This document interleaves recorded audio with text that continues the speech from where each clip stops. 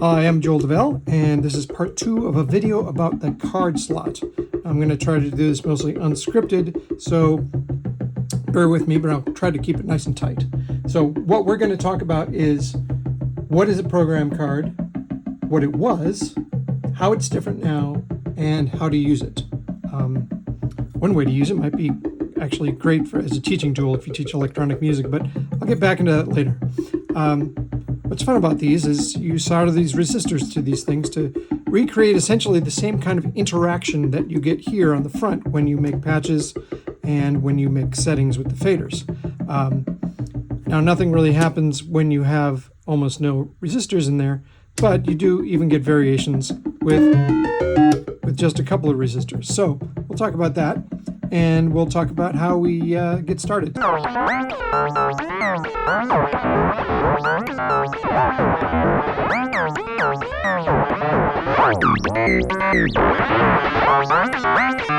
So here's what it was. A program card was more like this in the old days. So it looked pretty much the same, well, as this, gold fingers, and but it had this other section up here with plus and minus 15 volts, so you could actually do a little bit of extra control. You could put some ICs up there and make a little circuit. I don't know how many people did that. I haven't seen very many examples of that. However, all the rest of this down here is what's written about in the Strange Manual, and it's everything that still exists on the existing card, plus a few more things. I'll point out a few things right off the bat. As you'll notice, this has something called INV or inverter, and it's suggesting inverter, and that's just because the old one in the inverter section is where the 2 card section was, but it's actually the same as card 1, that's here, and the old one also had envelope detector listed here. That is the same as card 2. That's only because the 2 card banana was in the envelope detector section. It actually wasn't the envelope detector at all. Let me point out quickly that the reason the name for inverter and envelope detector were on the original card is because the idea was you would come from the card, go to the inverter, and back to the card with 2 shorting bars, and therefore you'd be able to get an inversion on the card. And same with the envelope detector. The envelope detector section is named because the idea was you would have the envelope detector go straight to the 2 card input over here with a shorting bar. Now that we have that going directly, we don't need that anymore. But that was why they were called envelope detector for this one and INV inverter for this input. It's a little bit confusing. So there are some improvements to me, in my view, in the way I relabeled it. But the fonts were very nice in the old one, and some people imitate that. It's very cool. Go ahead, run with it if you want. But I'm all for clarity. And I didn't have a lot of patience to go and get all the fonts into my Kerber files and make this card. Plus, I was fixing a card that Bemi made, because if the first card they made actually had a number of errors on it. So if you had some really old revs of this program card that Bemi made, it has some errors. So I just took off from that start, and I made it the way it is now. A couple of things that are different is it actually has an envelope detector now. So it has the envelope detector signal, the actual envelope detector signal going to it that appears here. And it has the mod oscillator input that also did not exist on these cards. That is here. That's squeezed in. And I threw the random in a few other places. Every time there's an R2 or an R1 with a little square on the latest revision, it makes it easier to get the randoms around the board without having to use really long resistors, really long leads on the resistors. Also added some banana things. I'll get to that in a second. So there are some differences here. Also, I'll get to why stage 5 is a little different. And I'll focus on the end of this video about how you can still deal with that and get what you want out of 5 stages. That said, so that's the old program card. So let's see what it is, what it was, and how to use it. So I've been using it. I haven't been using it. I'm in local mode. Let's jump ahead. Where are we going to jump?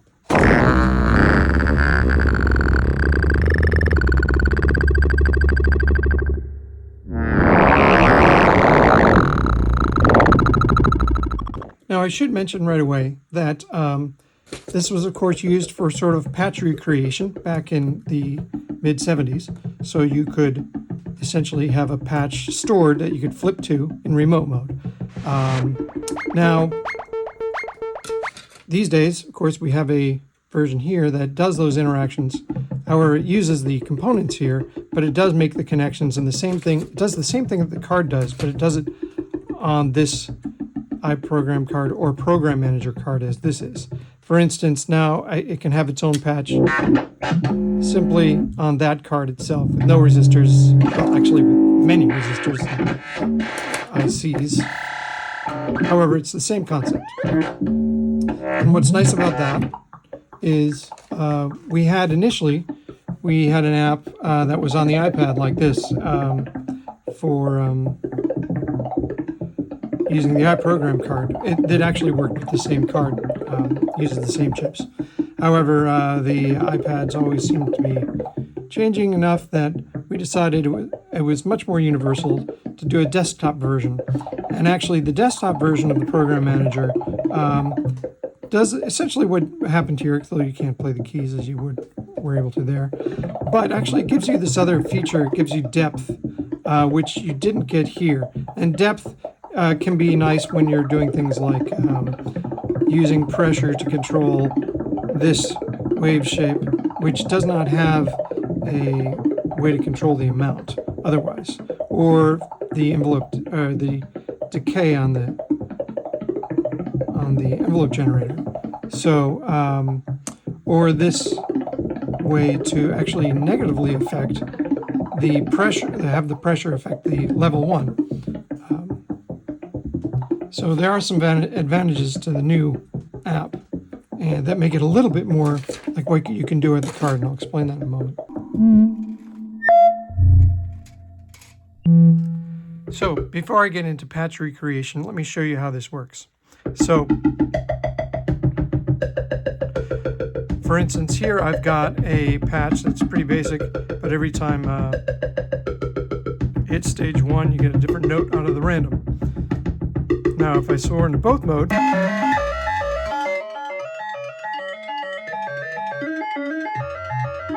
it's very different. That's because when I throw it into both mode, I've got 3 resistors. One is setting the offset on this level 1. The other is changing the, is adding this switch control for keyboard. So it's like I'm doing that and that. And then the third one here is essentially like turning the sequencer fader up. It's making that connection. And then I've got a fourth one here for pitch that's adding an offset for pitch of an octave. And this is about 768. I'll show you.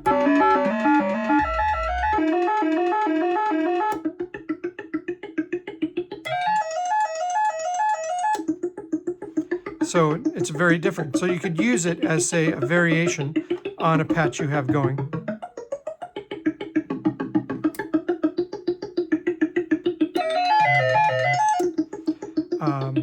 So when I go into both mode, what's happening is I'm using this control, but I'm adding these controls. So now I've got, say I'm in remote mode, all I get is the level, and I get this pitch shift, right? So I get this offset with pitch because I put in 768K, which for this changes it by about an octave. And I've also got the keyboard in, so the keyboard works. But if I disconnect that, then the keyboard doesn't change the pitch at all. Because this connects, this offset is here, and it's also up here. As you say, it's connected with that white line, as an example. And I've got the sequencer connected. So if it's not doing anything here because this is the local control of the sequencer. But if I put the pitch out there and I made this every time it hits sequencer 1, whoops, it will jump by an octave because I have it in stage 1. That's because every time stage 1 comes around, let's see if I can get it to 1. See, now you can hear it's up by an octave.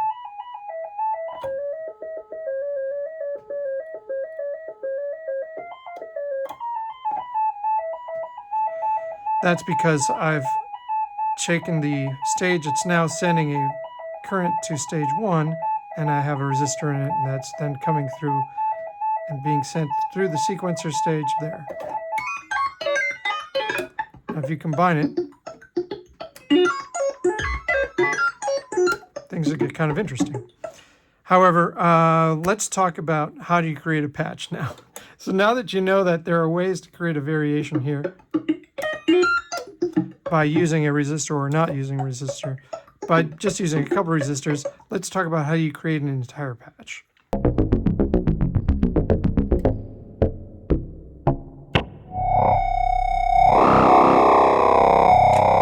I think you're starting to get the concept already, but I would start by doing this. First, read the metaprogramming section. It's in Alan Strange's manual, and you can jump through that, and it's fairly old school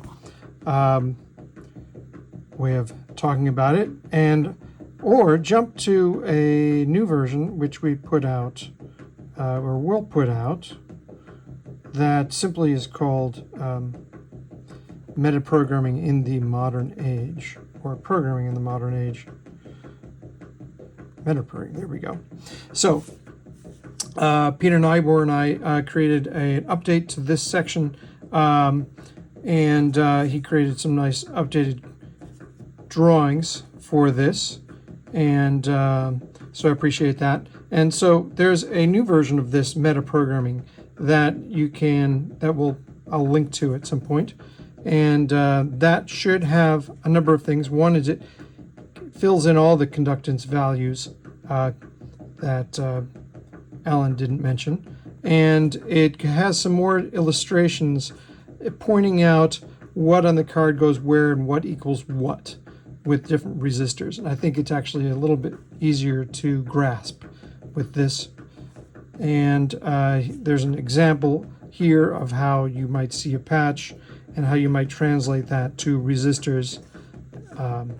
And I'll show you some of that. And then there's a worksheet for possibly filling that kind of thing out, and a connections matrix worksheet, and what resistors look like and what their values would be, how to parallel, and it doesn't mention serializing resistor, but how to maybe change the resistor values, because you can use really anything above 120K, and there's some other fun things in it. So do that, and you will have a little bit of fun with electronics. If you have students, in fact, this is a very good exercise, because you'll get to both teach them how to solder. Maybe you'll brush up your own soldering. And this is a very easy board to solder. And you'll be able to learn the basic concept of what current is, which is just voltage divided by resistance. So we have voltage sources, and we have current, but it's current controlled. So it's all just through one resistor.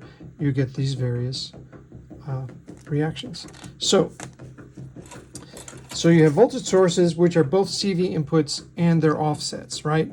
So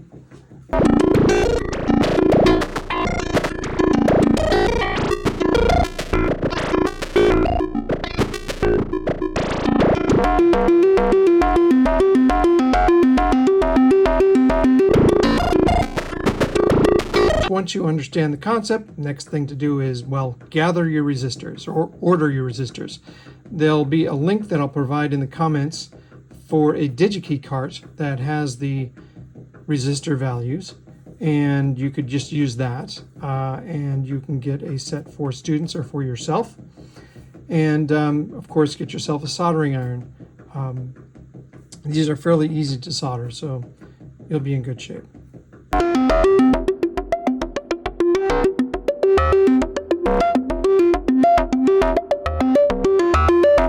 then once you've gathered your resistors and your irons, the next thing is to figure out your approach. The first approach might be to document everything, and you could go old school and print out one of these patch charts and fill in all of your fader positions and switch positions and use that as your guide.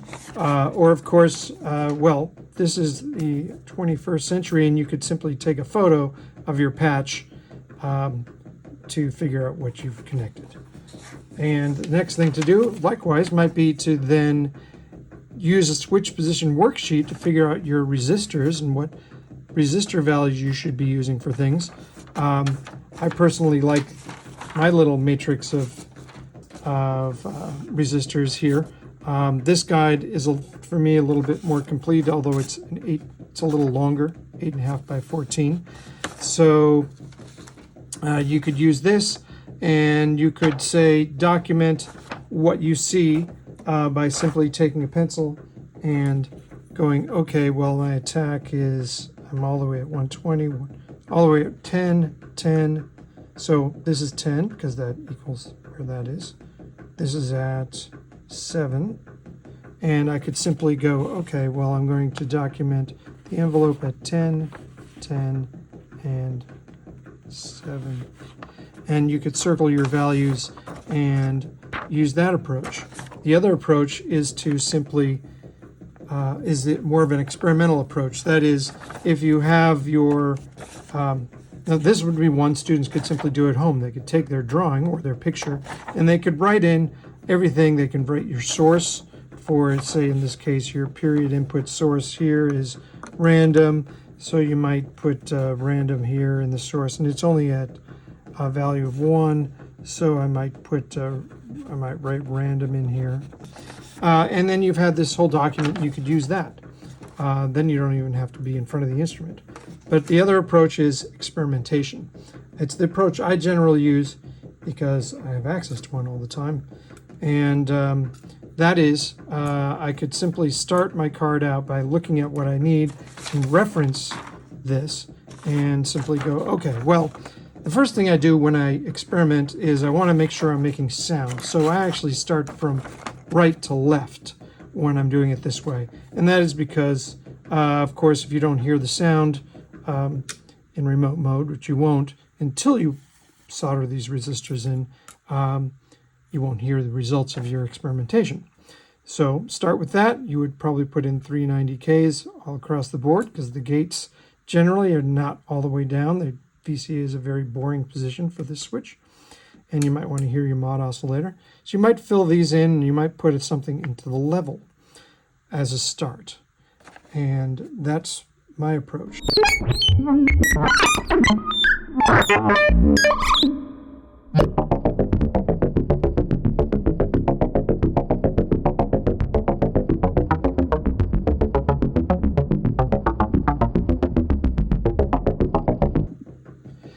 So if you've read the metaprogramming, especially the metaprogramming for the modern age section, you'll understand this.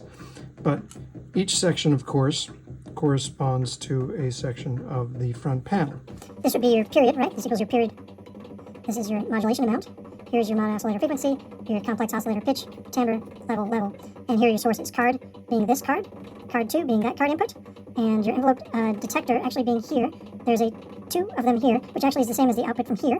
And your random 2, which is going to be this second random, and your random 1. Now, you only get 2 randoms on this. 3 and 4 do not get sent to the card. That is one limitation. There's also no inverter, and there's no polarity switch. However, all of that, the rest of this is all here. Now, you got other things like the wave shape pot. That happens to be up here in this section. But I also provide another spot there for the modern card, the more contemporary card. And you have your fader positions for your envelope generator up here instead of from the offset, which you would normally have. Normally this row is all of your offsets for your faders that don't have control voltage inputs. So that's where you set those. I've also provided a few other destinations for your envelope down here inside the card. I've also distributed the random in a few clever ways with R2 and R1 on this card with these little tiny square vias. So that's where all of those control voltage sources and offsets are. This is your pulsar sequence, so this is only these switch positions if you use the sequencer to trigger something. And this is your voltage levels of your fader positions there. Your number of stages, of course, is this here. That is also a destination, which you can control voltage from another source, say from the banana. Even if you have an old 208, you can put the banana there and control the number of stages, and all your gate. So, and then this, of course, is your buffer to your card. So everything to this destination just comes back out here to be used somewhere else, either in a both mode, or maybe you want to control something on the 218 and you want to control it from here, but then send it back out. So that would be your 2-panel from card area. So that covers everything on this. Your trigger sources, triggers, I think you got it.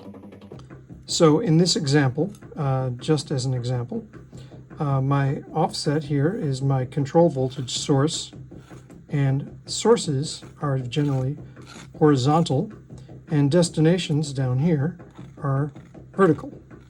So my offset is a source, that's the constant source, that equals the fader position that does not have a control voltage input. And in this case, for instance, I've got the period here, and I've taken this period destination and I put a resistor of 200K, which equals the value of 6, the conductance value of 6, and I've put it into this slot here for the destination. Now, triggering the sequencer is the keyboard. Well, right now it's actually triggered by the pulsar, so I would move this to trigger from the pulsar. That's key. This equals key, that equals pulse, and so I'm going to trigger it from the keyboard. Now this only has 2 selections because it's either off or it's one of these 2 selections on the front panel, as you've noticed here. So off is obviously nothing in there. Next is random is, well, if I could have it controlled by the sequencer, then I would put it in this position. So it's key, pulse, sequencer again. And I've used a 390K for both of these triggers because when I look at my guide, these are the selections. It's a 390K is your best choice for that value. Now when I get to the pulsar, again, it's 390K. However, if I wanted to put it into a sustain mode, I would use 120K. Now, pulsing itself doesn't have a sustain mode, so 390K is perfect. So that's what I have here. I've put in another 390K in this position. Now I could go on and go through every one of these, and you would see that there is a position for both the type of modulation, and you would go here and you would go, okay, range the mode. I want AM, so I'm going to choose again, that's 6 390K. Say I wanted FM, well, just leave it empty, because FM is the bottom switch position. That's equal to there being no resistor in there whatsoever. Likewise, with the keyboard, you need to put a resistor in there for the key switch to be on. And if you want the range of the mod oscillator to be anything but low, like here it's high, you'd want to use this value, which is 200K. So you'll find you often use these particular values for the switch positions. And then when you get to things like faders, of course, you're using the full range of resistors that you might encounter, anything from 120 to infinity. That is, if it's all the way down, it's as if there's nothing being conducted that isn't normally. There's no other control there. So that would be empty. And then you can, of course, go higher than 1.2 meg if you want to go really small and really subtle influences or things in between. If you parallel, you have these other values of 4.7, 2.2, 820K. These are all just examples, and these values fit generally this idea of the fader position, but you can choose whatever you want.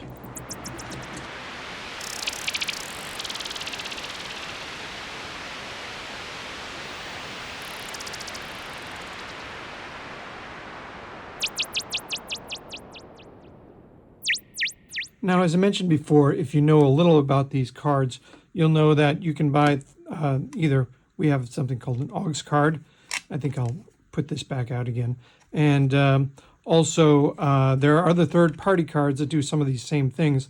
But often you don't really need this if you use this. I'll show you why. So on a 208C, we have these inputs now. So I no longer need this for this, but on an older or a clone 208, you don't have those. So you had to either have this, or you could simply use one of these cards and actually plug into, say, a banana here that I made a place to plug in a banana, and then run this wire to one of the sources like attack either up here. I also put it down there. That would be one way to do that, or in this case, I'm using an LFO to control the number of stages. So, for instance, you can see that the stages keeps changing from 3 to 4 to 5 because it's being controlled by this LFO, and that's actually even in local mode because the inputs are still active even though most of the card outputs are not active. So this input is still doing something to change the number of stages, but and it's being controlled here. So just like an external card would be. And also you should take advantage of these inputs. You have card 1 and card 2. These are only active when you go into both mode or remote mode. But when I do that, what I've done now is, instead of doing what I've done here, which is I've allowed you to switch in with card 1 and card 2 to control these things, I've actually just put a resistor in here. So I've got card 1 is controlling, this isn't even soldered in, I've got card 1 controlling the wave shape of the mod oscillator. Oops, if I listen to that, you'll see how it changes. Because I'm playing that with the strip. Right? It's the same as if I'm going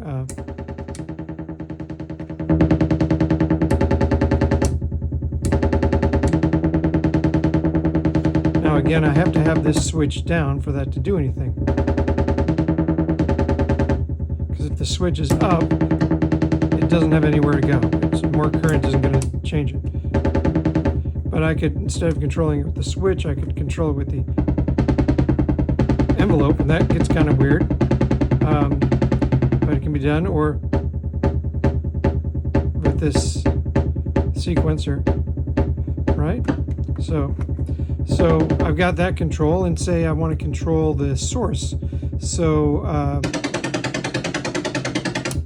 right now I've got it, oh yeah, that's right. Right now I've got it set so this yellow one goes to the card 2, and card 2 is going to control the source of gate 2. So if this is down and that's down, I'm now getting this oscillator, and if I turn it up, I'm getting this one, and then I'm getting noise. It's equivalent to me going like this. I can do with this, or I can set these separately and go.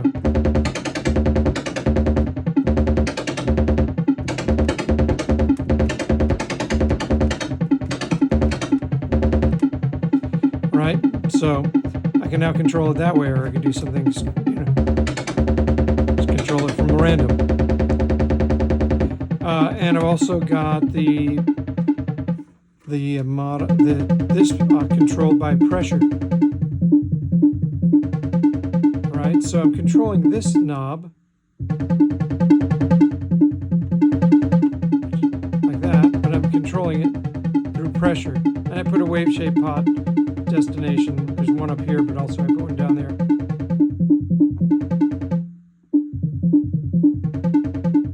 So that pressure could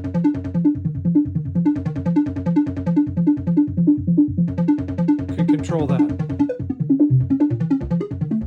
It's kind of interesting.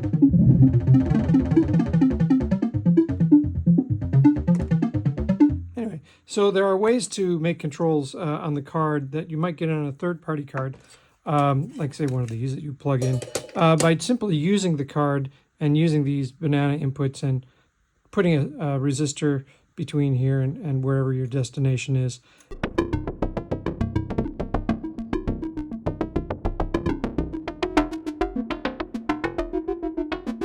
I will just quickly mention the exceptions on this 208C card slot, and that is that stage 5, which would come out here every time it hit stage 5, here and here normally was actually reserved now for local mode, so that a program manager can tell when it's in a both mode situation. So it has a couple of different modes that the program manager can respond to.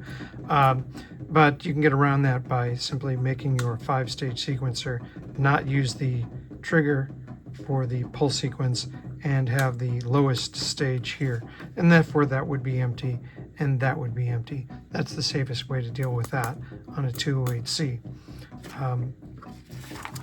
Or you can modify this card if you're really into it. And otherwise, the other exception is that this is actually a 1.2 volts per octave input when it's all the way up, as well as is this input here. So similar to this pitch input, it adds to these. But these are also 1.2 volts per octave.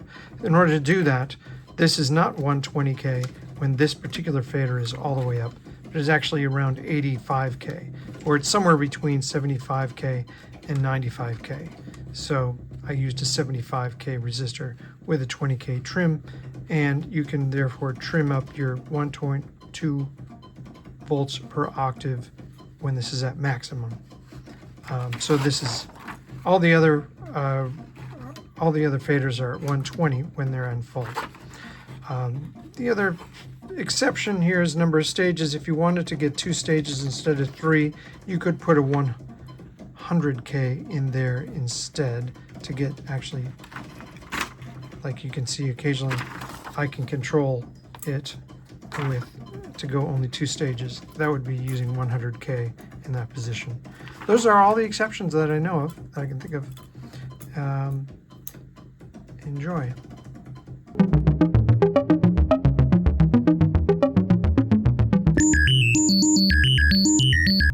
The same interactions could actually happen if I had a lower voltage but a different set of resistors.